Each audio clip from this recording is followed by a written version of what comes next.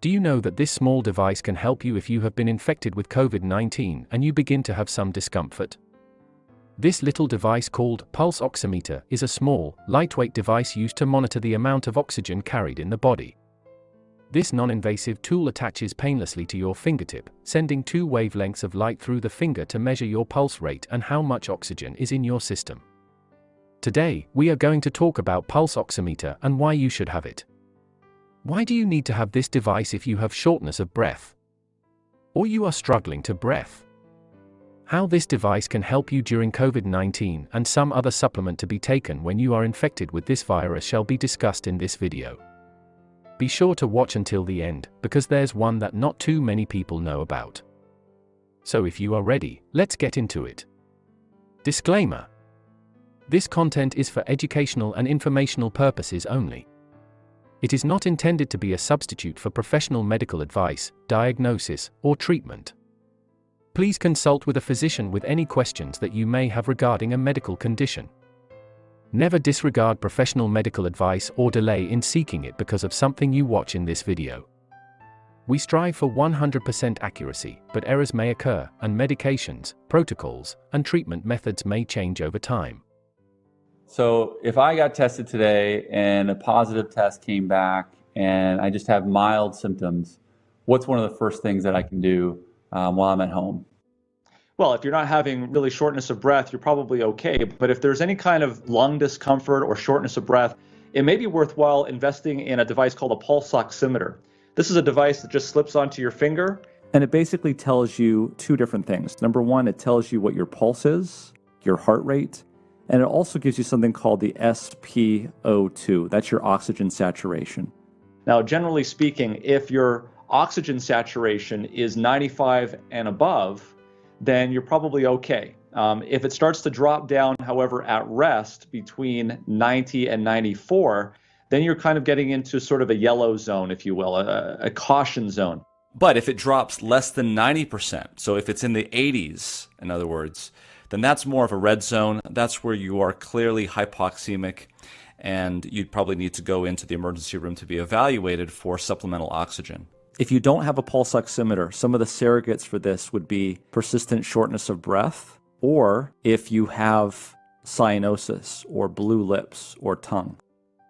Now, it's possible to have shortness of breath and not need oxygen, but if you don't have the ability to measure your oxygen, your peripheral oxygen saturation with a pulse oximeter, then that's the next best thing, is looking for shortness of breath and seeing if you need to go to the emergency room.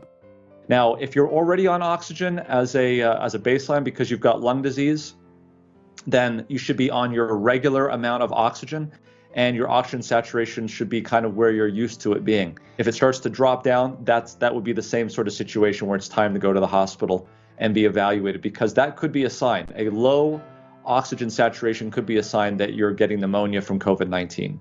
You know, there's a lot of different pulse oximeters out there that one could purchase. There's the medical grade ones for maybe a couple $100.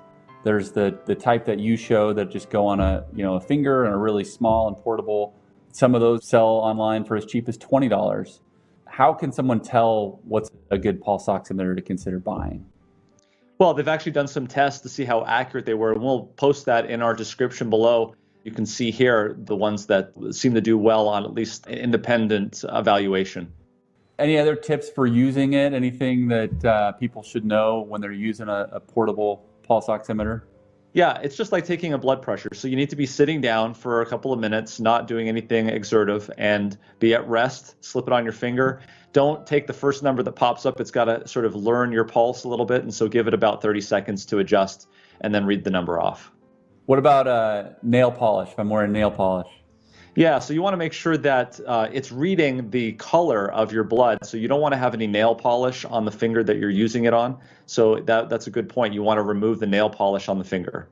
What if I live at high altitude, say in Santa Fe, New Mexico at 7,000 feet?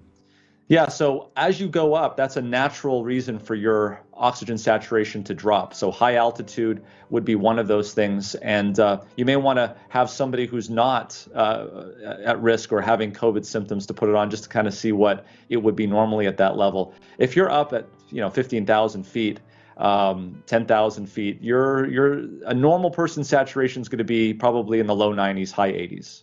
What is unique about COVID-19 and this virus, the SARS-CoV-2 virus, that makes the pulse oximeter so relevant? Yeah, it's the thing that we learned about very early on during the pandemic in New York was these, quote, happy hypoxic. So in other words, they look fine in every other way, except for the fact that this pneumonia is really preventing oxygen from being diffused into the pulmonary circulation. And it's really one of the first signs that people are starting to progress. So I think it's a very sensitive tool to use, is hypoxemia, and it can be very valuable.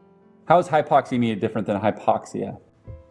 Okay, so hypoxemia is specifically the lack of oxygen in the blood. Hypoxia is the lack of oxygen in the tissues. So it's a very specific thing, but for our purposes here, both are happening at the same time.